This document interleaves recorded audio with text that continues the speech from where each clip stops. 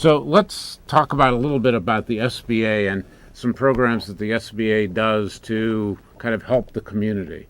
So the SBA has a program that's called the 8A program that works with, I think, emerging leaders. Is that so? They're different. okay? There's two programs. Let's start with the 8A program. Okay. So tell me about the SBA 8A program. So the SBA 8A program is part of our federal contracting program, and the 8A program is a business development program. Now, what that means is basically it's for socially and economically disadvantaged persons are able to access this program who have businesses that could either provide services or goods to the government. Okay.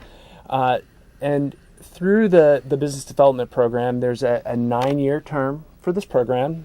The first 4 years are developmental, meaning that we're working with these firms to support them with technical resources, to introduce them to procuring agencies, things like that. And then a transitional stage, which is the next 5 years, where the expectation is that they are going to continue to develop so that their client base isn't just federal government, it's broader than that. So it could be state, local, or private sector business.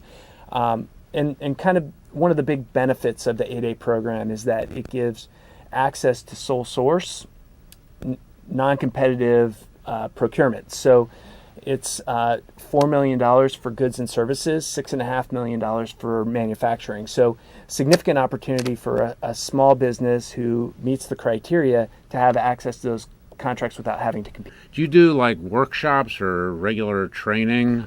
We do. So every month we do an 8A orientation, and the intent there is to walk people down the path of these are the requirements, and this is the process for applying to become an 8A designated firm. I would say also that there are the Department of Defense funds procurement technical assistance centers, and they can also help small businesses walk down that path. So like SCORE does business counseling, the Procurement Technical Assistance Center provides counseling directly focused around government contracting, and they'll help both with that kind of how do I get designated as an 8A or a minority business firm, to how do I identify where contracts are, and how do I get the information so that I can market myself to these procuring agents. So, Bo, tell me a little bit about this Emerging Leaders program.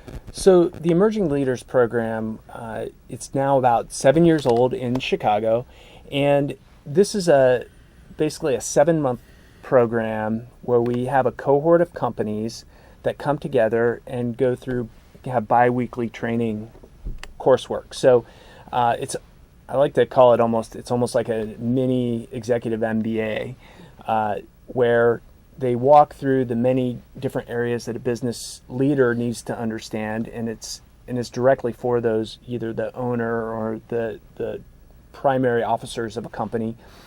And we have 15 companies in the program, and what they do is they break into smaller teams. So they'll go and do the classwork every other week, but then they also have out-of-class effort where they get together as groups and work on problems that maybe each company is having within their organization, and they seek to solve those problems with their small team.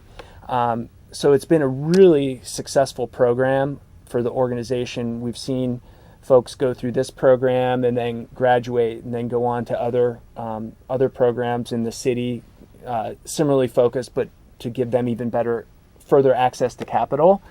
And it's the response from the community, the small business community, for people wanting to participate in the program has been tremendous. I think we had probably 130 applicants for only 15 slots this past cohort. So how did what do I need to do if I apply, and what are the qualifications of the people who got to be one of the 15? So when we're getting ready to announce the next year, we will put out an announcement. We'll put out a press release. We'll send it out via our resource partner, SCORE, the SBDC network, to our business partners in the community. And it's a pretty quick form to fill out to basically apply. It's online, actually.